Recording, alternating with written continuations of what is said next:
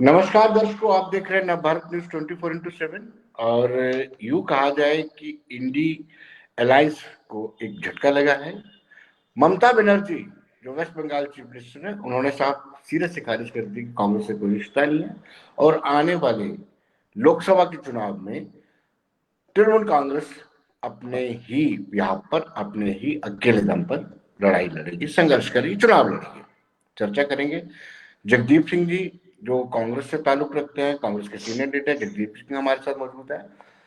अजय भारती जी farmer MLC हैं और BJP के बड़े नेता हैं।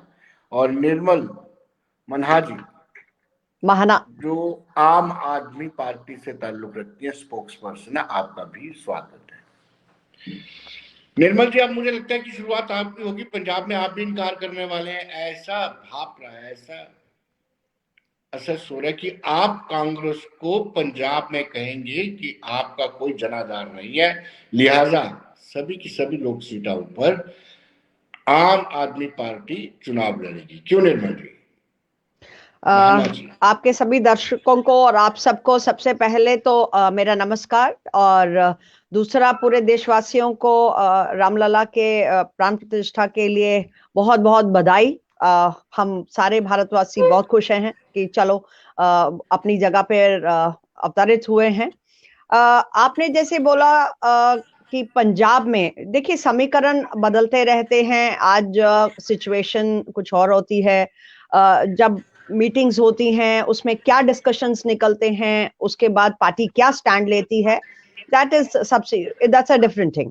पंजाब में मैं अगर बात करूं तो अभी बैठकों का दौर चालू है। देखते हैं अभी क्या हुआ। अभी तक तो जो निकल के अभी तक आया है कि आम आदमी पार्टी और कांग्रेस भी सारी सीटों पे शायद अपने अपने कैंडिडेट उतारेगी, लेकिन अभी कुछ भी कंफर्म नहीं है। तो अभी देखते हैं। अभी आर जस्ट वॉचिंग कि क्या होता है। जो भी इनकी डिस्कशंस होते हैं उसके बाद उसका क्या समीकरण निकल के आता है, तो उसके बाद ही मैं अपनी टिप्पणी कर सकती हूँ। अभी it's too early to say anything. चलिए, अजय भारती से जानना चाहूंगा, आप इसको अपनी विजय मानते हैं या इंडी ब्लॉक की, इंडिया अलायंस की पराजय? अजय जी आपसे। सबसे पहले सबको नमस्कार, को पैनलिस्ट को भी मेरी तरफ से जय श्री राम। मैं तो शुरुआत यहाँ से करूंगा कि बड़ा अच्छा लगा कि आदित्य गुप्ता भी हमारे साथ जुड़े हैं। जी जी जी, देख लिया उनको, जी देख लिया उन सब डेमोक्रेटिक पार्टी के, अभी जुड़े हैं। जब मैंने सब कहा तो उसमें आदित्य जी भी हैं, सबको ही मैंने जय श्री राम करी है। तो मुझे पहले तो ये रजिस्टर करूंगा कि अच्छा लगा कि शायद आम आदमी पार्टी का स्टैंड चेंज हुआ है। राम जन्मभूमि के ऊपर इन्होंने स्वागत किया, बधाई दिया। पहले तो कुछ और कह रहे थे शायद इनके अध्यक्ष जो हैं, खैर वो बाय द वे। देखिए, भारतीय जनता पार्टी को इसका बहुत ज्यादा अंतर पहले से ही नहीं, क्योंकि अगर आपने देखा कि जो हमारा रिस्पॉन्स था, हमने इस अलायंस को हमेशा ही माना कि ये अपॉर्चुनिस्ट है, एक टाइमली है, सिर्फ अपने कुर्सी और अपनी खोई हुई पॉलिटिकल साख को बचाने का एक ये है, जिसमें कोई भी अपने ईगो को, इसीलिए लोग उसको घमंडिया अलायंस कहते थे, कि अपने ईगो को, अपने जो पॉलिटिकल स्ट्रेंथ है उसको रिकॉग्नाइज नहीं कर रहे हैं, बदलते हुए भारत को रिकॉग्नाइज नहीं कर रहे हैं। इसलिए भारतीय जनता पार्टी ये पहले से ही जानती थी। हालांकि आज वो ओपन हुआ, ये कोई सिर्फ बंगाल की बात नहीं है। आप चाहे यूपी में देख लीजिए, अखिलेश यादव जी क्या कह रहे थे, आप महाराष्ट्र में देख लीजिए। और बाय द वे, जब ये ममता जी का ये स्टेटमेंट आया, उसके बाद दो डेवलपमेंट्स हुई है, सबने नोट की होंगी। महाराष्ट्र में शिवसेना का भी स्टेटमेंट आया है इस पे, वो भी इसको एक्सपेक्ट ही कर रहे हैं ऐसा मानकर, यानी वो अपना इंडिकेशन दे रहे हैं। इसलिए सिर्फ पंजाब और आम आदमी पार्टी का ही बात विषय नहीं है। दूसरा, जो कांग्रेस के लीडर हैं, सीनियर लीडर, जो इस वक्त इस सारी चीज, चाहे को वेणुगोपाल जी हो, चाहे जयराम रमेश जी हो, तो उनका जो ट्वीट आया, तो वो मने जो ममता जी ने इनको कहा है कि ये जो उन्होंने ऑफर किया, कहने में तो वो बड़ा ये वो लग रहा है, तो अब ये उसको एक्सेप्ट करने के लिए तैयार है। जो बहादुरी वो पहले अधीर रंजन चौधरी जी की तरफ से दिखाने की कोशिश कर रहे थे, शायद वो अब उसे वापस हट रहे हैं। लेकिन जो हमारा आकलन है, जो लोग कहते हैं, जो पॉलिटिकल एनालिस्ट मानते हैं कि चाहे ये इकट्ठे आए, चाहे ये अलग अलग आए, क्योंकि पहले भी जब हम लोगों ने चुनाव लड़ा था 2019 में, तब भी रेस्पेक्टिव स्टेट्स में ये इकट्ठे ही थे। ऐसी कोई स्टेट नहीं थी जब ये सारे फोर्सेस इकट्ठे नहीं थे। इसलिए भारतीय जनता पार्टी को इसका बहुत अंतर पड़ेगा, मुझे लगता है। चलिए जगदीप जी, आप समय की चिंता मत कीजिए। आपको हमेशा आप घड़ी को कैलकुलेट करते रहते हैं कि मुझे समय कम मिले। आप खुलकर बात कर सकते हैं, हमारे पास खुलकर समय है। जगदीप जी, बहुत एक शेर है, बहुत सुनते थे, पहलू में दिल के जब चीरा तो कतरा एक खून निकला। जो इंडिया अलायंस का हवा था, वो आहिस्ता आहिस्ता उसका जलवा कम पड़ता जा रहा है। आज नीतीश कुमार भी प्रधानमंत्री नरेंद्र मोदी की तारीफ में कसीदे पढ़ रहे हैं। विनोद जी, आभार। दरअसल ऐसे ही किसी मौके पर भारतीय जनता पार्टी की वो चिरपरिचित जो स्टेटमेंट्स रहेंगी, उसका एहसास पहले से ही था हम लोगों को। सबसे पहली चीज मैं यहाँ स्पष्ट कर दूं कि इंडिया गठबंधन एक प्रयास था, एक कवायद थी, एक कोशिश थी। आज इस देश में जो एक तरह की अघोषित इमरजेंसी जैसी, आपातकाल जैसी स्थिति बनी हुई है, उससे लड़ने की। अब इसमें ममता बनर्जी साहिबा किस तरीके से इसे देखती है, उनका राजनीतिक दृष्टिकोण क्या है और किन कारणों के चलते उन्होंने इस तरीके का बयान दिया है, इस पर वो ज्यादा बेहतर बता सकती हैं। चूंकि मेरा क्षेत्राधिकार एक प्रदेश तक सीमित है, तो मैं केवल इतना कहूंगा कि अगर अपनी आखिरी चुनावी रैली में माननीय प्रधानमंत्री नरेंद्र मोदी साहब 40 मिनट के भाषण में 52 मर्तबा कांग्रेस और गठबंधन का जिक्र करते हैं, तो इसका ये मतलब तो बड़ा साफ है कि कहीं ना कहीं भाजपा के पेट में मरोड़ जरूर उठे थे इंडिया गठबंधन को लेकर। रही बात किस पॉलिटिकल तंजीम ने कैसा अपना स्टैंड रखा या आगे रहेगा, तो ये राजनीति है, इसमें ये सब अप्रत्याशित रूप से होता रहता है। लेकिन एक चीज मैं फिर से कहूंगा, इंडिया गठबंधन एक कोशिश है आज समूचे देश को एक ऐसी पार्टी के सामने पूरी ईमानदारी, पूरी शिद्दत और पूरे निश्चय के साथ खड़ा करने की, जिसका अहंकार जो है वो सिर चढ़कर बोलता है। और ये इंडिया गठबंधन ही था जिसके घटक दलों के शामिल होने के बाद भारतीय जनता पार्टी को भी अपना गठबंधन जो है एनडीए याद आ गया, और उसमें ऐसी पार्टियां भी बड़ी तादाद में जुड़ी जिनका एक भी सांसद या गिनती का 1 या 2 सांसद देश की संसद में था। तो लिहाजा ये कहना कि इंडिया गठबंधन से इन्हें कोई फर्क नहीं पड़ता, ये बताता है कि कितना अहम है भारतीय जनता पार्टी में। रही बात इंडिया गठबंधन का भविष्य क्या होगा, ये वक्त बताएगा। अभी ये कहना दूर की। आदित्य जी हमारे जुड़े हैं। आदित्य जी, बदले बदले मेरे सरकार नजर आते हैं। जब से मुजफ्फर हुसैन बेग ने ज्वाइन किया है, लेवल ऑफ कॉन्फिडेंस तो टीडीपी का बड़ा ही है। नमस्कार विनोद जी, नमस्कार मेरे सब फेलो पैनलिस्ट को। सर ऐसा है कि देखिए, बेग साहब की जहां तक बात है, बेग साहब तो कभी पार्टी से बाहर गए ही नहीं थे, तो वो तो है ही है। He just got activated on that particular day. वो हमारे लिए पॉलिटिकली जम्मू कश्मीर की पॉलिटिक्स के हिसाब से एक इम्पॉर्टेंट डे है। It is the day of dedication to Mufti Mohammad Sayeed, because he the amount of work he has done for the state. Sir ये जो पूरा इस टाइम पे हम लोगों का कॉन्फिडेंस की बात ये होती है कि कॉन्फिडेंस यहाँ किसी भी चीज को आप ट्रांसलेट ग्राउंड पे तब कर सकते हो इलेक्शंस वगैरह होती हूँ। अभी तो यही है कि हम सिर्फ बात करते हैं लोगों की। अब हमें भी पता है कि वो जहां तक की आवाज अगर पहुंचानी है तो आदित्य जी को इतना भरोसा नहीं है कि लोकसभा के चुनाव होंगे। सब देखें, लोकसभा के चुनाव होते हैं 540। विनोद जी आपका सिग्नल थोड़ा ढीला है। हाँ, आवाज नहीं है, वो समझ नहीं आ रहा क्या बोल रहे हैं। जी को भरोसा नहीं चुनाव। नहीं, लोकसभा चुनाव का तो इशू ही नहीं है ना विनोद जी। देखो लोकसभा चुनाव तो होने ही है यहाँ पर, लेकिन बात यह है कि देखिए जम्मू कश्मीर, देखो हमारा फेडरल स्ट्रक्चर है, वो फेडरल स्ट्रक्चर कॉन्स्टिट्यूशन ने गारंटी किया विनोद जी।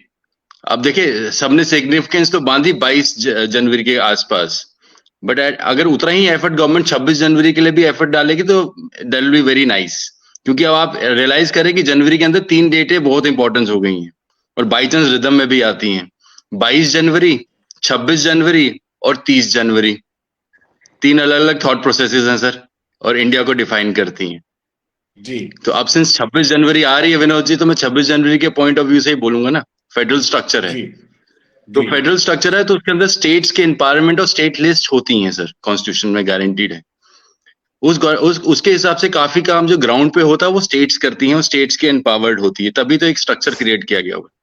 उसको जी। इलेक्शन ना कराना स्टेट में एक कॉन्स्टिट्यूशन वायलेशन है और एक जुर्म है, चाहे बेशक आप उसको मॉरल जुर्म ही मान लें हिंदुस्तान की जनता के साथ जो गवर्नमेंट कर रही है। History will only determine that Jammu and Kashmir has been relegated so badly पिछले 9 साल में जी। कि ये हिस्ट्री आज लोग कुछ कहेंगे, हाँ लोग कह सकते हैं सही है, वो तो लोग हिटलर के लिए भी कहते थे जर्मनी में बहुत अच्छा है, but it's about the history that will जज which side of the history you were. और इस टाइप पे जिस तरीके से जम्मू एंड कश्मीर के लोगों को जो रोजगार आपको देना है, उनको एम्पावर करना है, वो सब कुछ जो होगा वो तब होगा अगर गवर्नमेंट लोकल लेवल पे होगी सर। करप्शन लेवल्स बहुत बढ़ गए हुए हैं।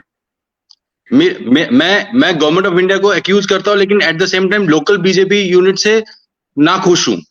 आप तो हमारे लोग हैं ना, आपको हमारे साथ जुड़ के चलना चाहिए, आपको उठ के कहना चाहिए कि सरकार, और कुछ नहीं है, इलेक्शन तो करवाओ।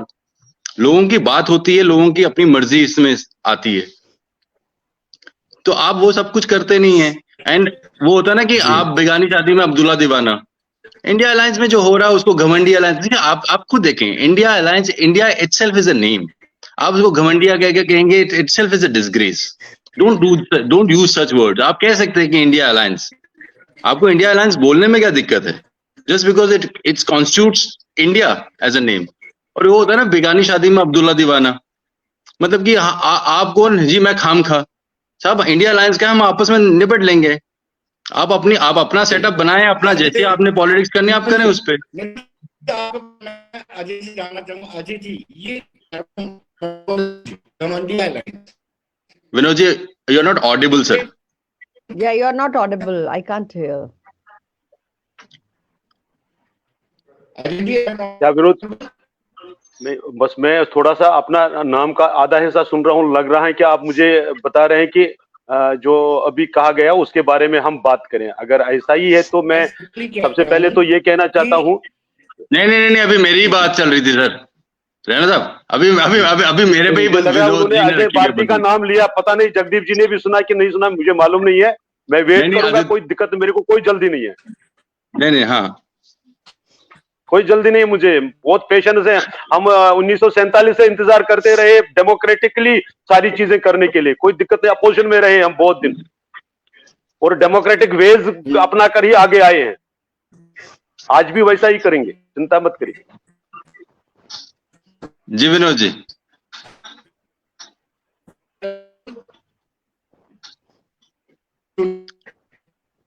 आज हमारे होस्ट का ही नेटवर्क हो गया। विनोद जी की बात मैंने सुनी है। अजय जी आपसे उनका जो सवाल था, so that we can carry it out, उन्होंने आपसे ये पूछा है कि ये जो उपमा आप देते हो घमंडिया गठबंधन की, इस पर आपकी क्या प्रतिक्रिया? That's what he asked you, please go ahead. वो सीधा सा देखिए, वो सिर्फ हमने, वो पहले लोगों ने शुरू किया, इसलिए किया कि आप देखिए कि जो सामने रखी गई बात है उसको डिसीट के तरीके, डिसेप्शन के तरीके से कहा कुछ जाता है, किया कुछ जाता है। कोई भी अपनी पोजीशन देखे, भारतीय जनता पार्टी ने जब भी एनडीए बनाया या जब भी वो पार्टी में आए, तो हमने अपने वजूद को कभी ईगो बनाकर सामने नहीं रखा। चाहे वो अटल जी के समय हो, जनता पार्टी में हमने अपने आप को डिसॉल्व किया।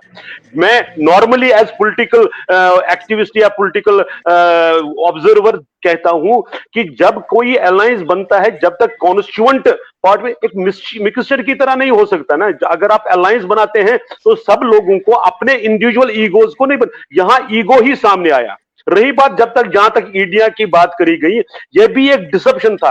आप हमारा राष्ट्रीय तिरंगा को भी ये करेंगे, वही लोकल लेवल पर भी उसी झंडा को पार्टी का भी झंडा बनाएंगे, चाहे वो आप यहाँ पर भी देखेंगे जो स्टेट का झंडा बनाया गया वही पार्टी का भी झंडा बनाया गया। इस तरह से जो लोगों को डिसेप्शन की तरीके से उनको सामने रखने की एज ए देश के बारे में बात हो रही है, तो इसीलिए उसको डॉटेड अलायंस लोग कहते हैं। सिर्फ मैं नहीं कह रहा हूं, हम तो उसको रिपीट करें। हमारे लिए तो मैंने जैसे पहले कहा, ये जो जितने भी फोर्सेस हैं जहां जहां वो डोमिनेंट है वो सारे इकट्ठे ही थे। चाहे हम उत्तर प्रदेश देख लें, चाहे हम बंगाल देख लें, चाहे हम जम्मू कश्मीर देख लें, क्या नहीं था, क्या इकट्ठे नहीं थे? In spite of that Bharatiya Janata party ने चुनाव लड़ा, लोगों के पास गए, लोगों पर विश्वास था हमारा, हमने लोगों से अपना मैंडेट मांगा। इसीलिए इस बार भी भारतीय जनता पार्टी के लीडरशिप ने लोगों से 51% की अपील की है, क्योंकि हमें मालूम है चाहे आप इकट्ठे रहें या नहीं रहें, लेकिन ग्राउंड में तो आप इकट्ठे वैसे भी होते ही है। ममता जी को छोड़कर बंगाल में और कौन फोर्स है? अब पहले जो आपस में लड़ते थे ममता जी और लेफ्ट, तो आज वो लेफ्ट उनसे मांग रहा है कि हमें साथ लेकर चलिए। तो लेकिन थी तो वही फोर्सेस इकट्ठे, और हम वी हैव मैजेस्टिकली बीन अलोन, और आगे बढ़े, लोगों के साथ संवाद किया, लोगों को अपनी बात कही है, लोगों का विश्वास अर्जित किया है, उसके बाद हम आगे बढ़े। चलिए निर्मल जी, आप ये बताइए कि जो लक्ष्य रखा था, आपने टारगेट रखा था, वो ममता बनर्जी की स्टेटमेंट से डिफीट हो गया है? देखिए, मीटिंग में अगर आप देखें, पहले तो ममता बनर्जी जी का आपने देखा होगा कि अभी उनका हाल ही में एक्सीडेंट हुआ है एंड ट्रीटमेंट उनका चल रहा है, स्टिचेस लगे हैं उन्हें, एक्सीडेंट कार एक्सीडेंट हुआ है उनका, and we all of us we wish for our speedy recovery. दूसरा, उन्होंने जब ये फर्स्ट मीटिंग हुई थी उसमें भी उन्होंने कहा था कि बंगाल में जो भी उन्होंने अपनी समीकरण के लिए बोला होगा, तो उन्हें अगर लगता है कि वो अकेले अपने दम पे अपनी तृणमूल कांग्रेस को जिता सकते हैं, तो उसमें हर्जी क्या है?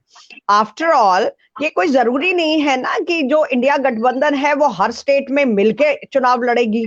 ऐसा भी तो हो सकता है जहां पे कोई एक पर्टिकुलर पार्टी एक स्ट्रांग है, तो वहां से वो अकेले भी लड़ सकती है, और कोई जरूरी नहीं है जैसे मेरे रिस्पेक्टेड रैना साहब बोल रहे हैं, और मैं जगदीप जी से बिल्कुल सहमत हूं कि ऐसा नहीं है कि आप डरे हुए नहीं हैं, आप भी डरे हुए थे, तभी तो आपने भी अलायंस किया, आपने एनडीए की जो भी बची कुची जो पुरानी सारी थी उनको आपने जोड़ा अगेंस्ट दिस इंडिया अलायंस।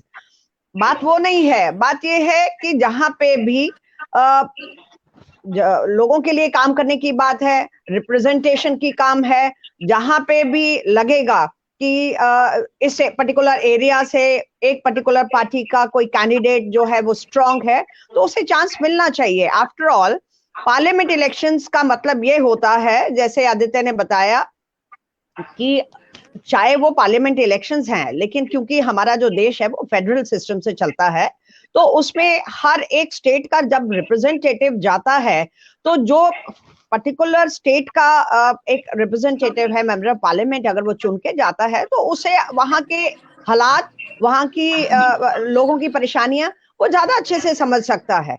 तो जब भी समीकरण बनता है वो इसीलिए बनता है कि एक कोई इंसान अगर कहीं कैंडिडेट जो किसी भी पार्टी का स्ट्रांग है, उसकी जनता तक अप्रोच है, वो समझता है, वो परेशानियां समझता है, लोगों को लगता है कि वो पार्लियामेंट में जाके उनकी समस्याओं को बखूबी वहां पे प्लेटफॉर्म पे रख सकता है, तो व्हाई नॉट, उससे कोई फर्क नहीं पड़ता। और इंडिया अलायंस का मतलब ये नहीं है कि सारी स्टेट्स में हम इकट्ठे होके अगेंस्ट द बीजेपी लड़ेंगे, ऐसा नहीं है।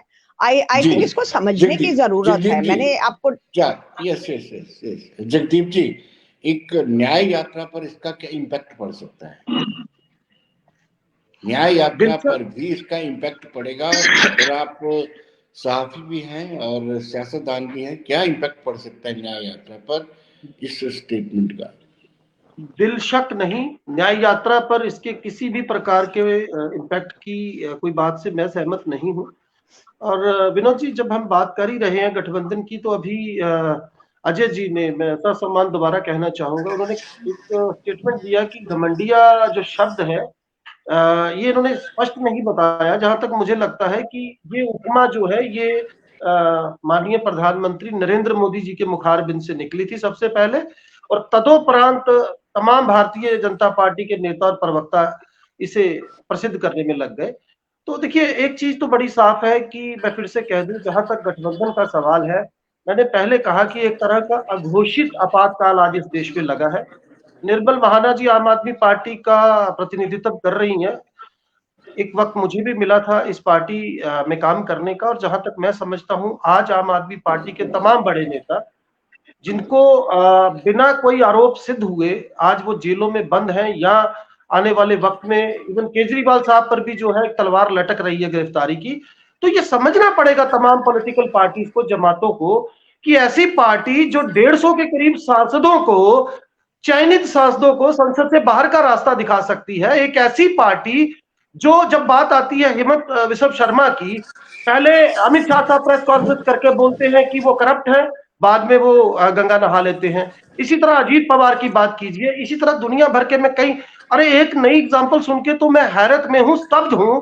कर्नाटक में इनके एक विधायक ने खुला आरोप लगाया कि भैया अगर मुझे पार्टी से बाहर निकाला तो जो 40,000 करोड़ का स्कैम भारतीय जनता पार्टी की सरकार ने, येदियुरप्पा की सरकार ने कोविड के दौरान किया था, मैं उसकी पोल खोल दूंगा। बावजूद उसके इनसे कुछ हुआ नहीं, उस पर कोई कार्रवाई नहीं हुई। तो कहने का मतलब यह है कि इतनी ज्यादती, इतना कहीं ना कहीं संविधान का जो माहौल बनाकर रखा गया है पूरे देश के अंदर, ऐसी परिस्थिति में तमाम राजनीतिक दलों को एक मंच पर आना पड़ेगा, वो भी ऐसे समय में जब ईवीएम की क्रेडिबिलिटी दांव पर लगी हुई है, जब ईवीएम जैसा मसला सुप्रीम कोर्ट में है, देश के वकील और तमाम लोग इसका विरोध कर रहे हैं। तो मुझे लगता है कि ये वक्त की जरूरत है कि तमाम सियासी पार्टियां अपने जाति मफाद को एक तरफ रखते हुए एकजुट होकर, लामबंद होकर, भारतीय जनता पार्टी का वो जो तुगलकी रवैया है उसके खिलाफ एक मत के साथ सामने आए, एक मंच के ऊपर, ताकि ये बात आगे बढ़े। और दूसरी और आखिरी बात जो उपमा को लेकर है, तो मैं हमारे वकील साहब की बात से सहमत हूं। जय श्री राम से हे राम तक का जो सफर है 22 जनवरी से लेकर 30 जनवरी तक का, उसे भी समझने की जरूरत है। और एक वक्त था जब स्किल इंडिया की बात होती थी, खेलो इंडिया की बात होती थी, दुनिया भर के इंडिया की बात होती थी, लेकिन जैसे ही इंडिया गठबंधन बना तो भारतीय जनता पार्टी के नेताओं ने उसे कोसना शुरू कर दिया। ये सही नहीं है, और लोकतंत्र के अंदर सबको आजादी है कि वो अपने राजनीतिक प्रतिनिधित्व को किस तरीके से लाना चाहते हैं। जी आदित्य जी, आप तो अलायंस का हिस्सा है, इंडिया अलायंस का हिस्सा है, और एक खास पर्पस के लिए आपने ये अलायंस को समर्थन दिया है। क्या आपको अलायंस ये कहे कि आप एक भी सीट पे ना चुनाव लड़े तो क्या आपका कैडर मान जाएगा कि बड़ा काज है, बड़े काज के लिए सेक्रीफाइस भी करना पड़ता है? देखिए विनोद जी, यही तो बात है। आपने कहा कि अगर आपको कहा जाएगा, जी, हम बीजेपी का आउटसोर्स या कोई इंडिया अलायंस थोड़ी है, दिस इज इंडिया अलायंस, जहां पर हमारी भी बात होगी और हमारी बात सुनी भी जाएगी। So it will be a deliberation. ये वहां पर होता है दिल्ली में, जहां पर दो आदमी बैठते हैं सेंट्रल सेक्रेटरीट में या रेसकोर्स रोड में, जिसको जो मर्जी कहें आप रोड को, एंड दे डिसाइड कि कौन क्या होगा। That is not the structure in which India alliance works. India alliance works by deliberations. Her state का अपना एक डायमेंशन है, अपना एक रिक्वायरमेंट है, उस तरीके से अलायंस में लड़ा जा रहा है। जी, कॉज लार्जर है, कॉज है, मैंने आपको बोला सिग्निफिकेंस ऑफ 26 जनवरी आपको समझनी पड़ेगी। ये जो 3 तारीखें मैंने आपको बोली ना जनवरी में, ये अब आप बांध लें, अभी आप बांध लें 22, 26 और 30। अब यही जो ये 3 तारीखें नहीं है, 3 धारणाएं हैं, 3 आइडियोलॉजीज हैं। आप ये मेरी बात, I am telling you full responsibility what it means. Right, यही डिटरमिन करेगा कि कहाँ की what will be the future, what will be our future. See my point is very simple. जो लोग ये 22 को इंट्रोड्यूस कर रहे हैं, I don't think that they are doing right justified things with the generations to follow. See, what is the prominence of 15th August and 26 January itself is enough for the country. Don't create a conflict जहां पर आप constitutional values को undermine करें। Constitutional एक significant idea है India का, उस idea के अंदर growth तभी होगी अगर हर community, हर religion होगा। ये superiority या दूसरे को नीचे करके दिखाने से ना मेरे कभी राम खुश हुए हैं, ना कभी होंगे। तो ये जो माइंड सेट है, और and on top of it, see, religion is a very private thing. Celebrating your religion is also very private. Ajay ji कुछ कंट्राडिक्ट कर रहे थे जगदीप जी के स्टेटमेंट को लेकर के। कौन? अजय जी, अजय जी। अजय जी जी उनको नहीं तो करना नहीं, ही। मैं सिर्फ ये देखिए, अगर बस सिर्फ उम्मीद करूंगा कि मुझे समय देंगे, क्योंकि ये जितने प्रश्न उठाए गए हैं, सबसे पहले मैं जगदीप जी की पॉलिटिकल एक्यूमेन को, उनकी एक्सपीरियंस को बहुत सैल्यूट करता हूं। बहुत कोशिश अच्छी की उन्होंने टॉपिक को डाइवर्ट करके किसी और तरफ ले जाने की, और कोशिश की कि जो आज का सब्जेक्ट आपने बताया था उससे लोग उस पर ना आ जाएं। सब्जेक्ट था अलायंस, जो घुमंडिया गठबंधन, जो डॉटेड अलायंस, जो भी आप उसको नाम दें, मुझे कोई दिक्कत नहीं है। उसकी अंदर की राजनीति का क्या हाल है, कैसे वो बिखर रहा है, कैसे वो अलग अलग हो रहा है, और क्यों हो रहा है, किन के कारणों से हो रहा है। उन्होंने कोशिश की, चलो कोई नहीं, जिसको आदित्य जी ने बिना बताए अपनी रियल इंटेंशंस को, रियल एजेंडा को दबाने की कोशिश करते, डिसेप्शन, जो मैंने जैसे कहा पहले कि डिसीव करते हुए, कि राम के विरुद्ध का नाम ना लेते हुए राम विरोधी काम करने का। मैं ये जानना चाहता हूं कि 22 से 23 का सफर यह है कि राम राज्य जिसकी बात गांधी जी लगातार करते थे, उसकी हत्या किसने की? जो उनके आखिर के शब्द थे, जय राम, जो हे राम, जो भी था, जो राम को मानने वाले, जो उनको, उनके तथाकथित उनको मानने वाले, आज राम के वजूद को, राम के एग्जिस्टेंस को क्वेश्चन मार्क करके गांधी जी का कितना सम्मान करते हैं, यह उसका प्रश्न था।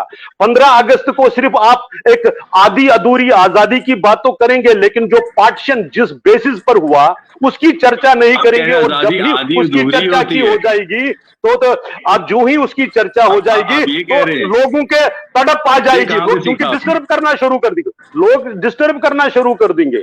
क्योंकि प्रश्न यही है कि आप हिस्ट्री को डिस्टॉर्ट कर सकते हैं। आप ये कहेंगे कि 370 नहीं होगा तो इलाहाबाद टूट जाएगा, यहां झंडा उठाने वाला कोई नहीं होगा। आप ये बात करेंगे, ये इसको फेडरलिज्म कहेंगे कि यहां ड्यूअल करेंसी चले, यहां सेल्फ रूल चले, यहां ये चीज चले, उसको फिर कहेंगे ये फेडरलिज्म है। जब दूसरा पक्ष उसकी वास्तविकता लोगों के सामने लगेंगे तो आप कहेंगे कि इमरजेंसी है। 75 में आप इमरजेंसी के हिस्से थे, आप उस वक्त क्या अत्याचार किए उसको भूल जाएंगे। आप समझेंगे कि अब 18 वर्ष से ज्यादा लोग हैं जिन्होंने सिर्फ मोदी जी का राज देखा, उनको लगा कि भारत बिल्कुल हमेशा ऐसा ही था, इस पर आप विश्वास करते हुए पिछली बातों को भुलाना चाहेंगे। लेकिन इतिहास ऐसा नहीं, पर्टिकुलरली आज सोशल मीडिया का जमाना है, आज हर एक चीज सामने आ जाती है। आज किसने क्या कहा वो सामने आ जाता है, और रिकॉर्ड उन्हीं के जुबानी याद आता है, इसलिए लोग उसी के हिसाब से अपना रिएक्शन दे देते हैं। हम, आपने बहुत अच्छा प्रश्न किया था कि अगर आपको अपनी सीट सरेंडर करनी पड़ेगी फिर भी आप अलायंस का हिस्सा नहीं, उसका जवाब आप समझ लीजिए। मैं सिर्फ 2 बातें, उसका जवाब अगर आप रिवाइंड करेंगे तो आपको पता चलेगा कि नहीं, ऐसा कुछ नहीं होता है, हमारी बात सुनेंगे तभी हम होंगे, उसका यह था। दूसरा, जगदीप जी ने शुरू किया अपने ओपनिंग रिमार्क्स में, क्या कहा? अलायंस था, उन्होंने वर्ड क्या यूज था, तो मतलब यह भी जानते हैं कि यह था, है नहीं। ठीक है, जैसा भी है, भारतीय जनता पार्टी अपने बलबूते पर, अपने काडर के बलबूते पर, अपनी संगठनात्मक रचना के नाम पर चुनाव लोगों के सामने जाकर लड़ती है, अपने इश्यूज के नाम पर भारत को 2047 तक विकसित भारत बनाने के संकल्प पर दोहराती है। कहीं पर भी यह नहीं लिखा है भारत के संविधान में कि आप मेजॉरिटी कम्युनिटी को रिपीटेडली इंसल्ट करो, आप मेजॉरिटी कम्युनिटी को रिपीटेडली उसके हकूक को, उसके हक को, उसके एस्पिरेशंस को सप्रेस करो, ये कहीं नहीं लिखा है। और आप कोर्ट के जजमेंट को भी नकार कर उसको अपने ढंग से इंटरप्रेट करने की कोशिश की, ये भारत के कॉन्स्टिट्यूशन में नहीं लिखा है। निर्मल जी, क्या लगता है आपको 2024 से पहले, जब शुरुआती दौर में जनवरी की स्टार्टिंग में 14 जनवरी को यात्रा निकलती है और आज जब 23 जनवरी है, ममता बनर्जी ये करती हैं, अलायंस पर कितना इम्पैक्ट पड़ा है और 2024 के लोकसभा नतीजों पर इसका क्या प्रभाव पड़ेगा? मुझे लगता नहीं कोई इसका प्रभाव पड़ेगा, बिकॉज देखिए ये 2 अलग अलग चीजें हैं। यात्रा निकलनी, न्याय यात्रा निकलनी, वो अलग बात है। नेताओं को मैं जो मेरी जो पर्सनल सोच है वो ये सोच है कि जब तक नेता सड़कों पे आएगा नहीं, लोगों से मिलेगा नहीं, इंटरेक्शन नहीं करेगा, समझेगा नहीं परेशानियों को, तब तक वो एक अच्छा नेता हो ही नहीं सकता। क्योंकि लेकिन 2024 की जहां तक मैं बात करूं, देखिए इसमें बहुत सारे इफ्स एंड बट्स हैं। राणा साहब जो बोल रहे हैं कि सप्रेस किया हुआ था, इनको ये किया हुआ था, किसी ने किसी को कोई सप्रेस नहीं किया हुआ था। ये एक कंट्री ऐसी है, ये देश हमारा ऐसा है जहां सबको सब कुछ आजादी अभी तक तो थी, बट मुझे लगता है अब आजादी रही नहीं है। अब डिक्टेटरशिप ज्यादा हो गई है, बिकॉज जो बोलता है उसको जेल में बंद कर दिया जाता है। आपने 70-75 सालों में, और जेल उनको और कोर्ट उनको बेल नहीं देता है। एक सेकंड कोर्ट उनको बेल नहीं देता है। आपके बीच में नहीं बोला। मैं वैसे आपको बता रहा हूँ, कोर्ट उनको बेल नहीं दिया। नहीं, आपको मुझे बताने की जरूरत नहीं है। जनता को बता रहा हूँ, आपको नहीं बता रहा हूँ, बस याद दिला रहा हूँ। मैं जानती हूँ, आप बीच में ना बोले, मैं आपके बीच में नहीं बोली थी। तो मेरा ये कहना है, और आजकल का यूथ जो है ना विनोद जी, वो हर बात को समझता है। ऐसा नहीं है कि यात्रा से कोई इम्पैक्ट होगा, ऐसा नहीं है कि राम मंदिर बन गया तो उसका इम्पैक्ट होगा। देखिए, राम सबके हैं। मैंने पहले भी इसीलिए आपके माध्यम से सबको मैंने अपनी ग्रीटिंग्स दी हैं, और अच्छी बात है क्योंकि चेंज किया है। हाँ, अजय जी कह रहे थे कि आपने यानी आम आदमी पार्टी ने राम मंदिर के देखिए, इन लोगों से मैं Vinod ji, with due respect, हमें, मेरी पार्टी को या हम लोगों को या जो भी इंडियन अलायंस है और भारतीय जनता पार्टी से कोई सर्टिफिकेट की हमें जरूरत नहीं है, बिकॉज हम लोग जो हमारे आराध्य हैं, हम पहले भी उनको मानते थे। हमारे घरों में उनके मंदिर हैं, उनकी पूजा होती है, और हर घर में राम की पूजा होती है। मर्यादा पुरुषोत्तम राम की जो माएँ हैं ना, हिंदुस्तान की जो माएँ हैं, वो अपने बच्चों को उन्हीं का उदाहरण देती हैं कि कैसे सत्य के रास्ते पे चलना है, ये करना है। वो अलग बात नहीं, आपके नेता के नानी ने कुछ कहा था कि ऐसा राम मंदिर नहीं चाहिए हमें। बात सुनिए, एक मिनट, एक सेकेंड। इन्होंने याद दिला रहा था, मैंने किस कॉन्टेक्स्ट में भारतीय जनता पार्टी, इन्होंने भारतीय जनता पार्टी का ठप्पा लगा के उसको पर्सनल अपना बना दिया है। ऐसे होने वाला नहीं है। आज की युवा पीढ़ी पढ़ी लिखी है, आज का जो जनमानस है वो पढ़ा लिखा है, वो सारी बातें समझता है। तो 2024 में इन सब इनका कोई असर नहीं होने वाला। बार कंट्राडिक्ट कर रहे थे। जी मैं एक चीज बड़ी स्पष्ट शब्दों में कहना चाहूंगा अजय भारती जी को ससबान। जैसे इन्होंने कहा कि मैंने कहा गठबंधन था, तो जनाब आप बड़े मेहरबानी मेरे शब्दों को, मेरे भाव को समझने की कोशिश कीजिए। मैंने ये कहा कि किसी भी इस प्रकार के राजनीतिक गठबंधन में जब तमाम तरह के घटक दल जुड़ते हैं, तो स्वाभाविक है वहां पर अलग अलग विचारधारा के लोग हैं। कहीं पर कोई थोड़ा बहुत दिक्कत आती है तो उसका ये मतलब नहीं है कि भारतीय जनता पार्टी वाले शोर बचाना शुरू कर दें। और अगर ऐसा नहीं था तो क्यों आज तमाम विपक्षी नेताओं को ही ईडी और सीबीआई के संबंध जाते हैं, उन लोगों को क्यों नहीं जो भारतीय जनता पार्टी में शामिल हो चुके हैं, पहली बात। और दूसरी बात विनोद जी, एक बड़ी अहम तरीन जो मैं यहाँ इस मंच पे रखना चाहूंगा। देखिए, ये सच है कि कांग्रेस के स्वर्णिम काल के दौरान कहीं ना कहीं एक दाग जो है वो आपातकाल का है। मुझे इसमें कोई लेश मात्र भी संकोच नहीं है कहने में।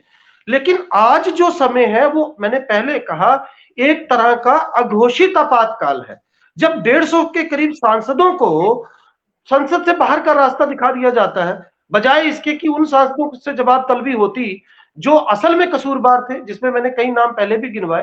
तो देखिए, दिक्कत क्या है, हमें समझना पड़ेगा।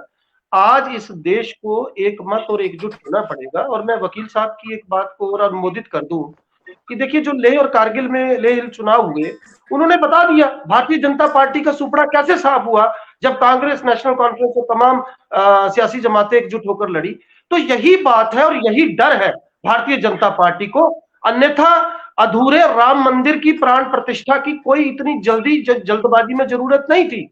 जब तमाम शंकराचार्य इसके विरोध में थे, दुनिया भर का विरोध झेलने के बावजूद भी अगर आनंद फानन में प्राण प्रतिष्ठा समारोह का आयोजन राजनीतिक रूप से हुआ है, तो इसका सीधा मतलब है कि चुनाव जो है वो सर पर है।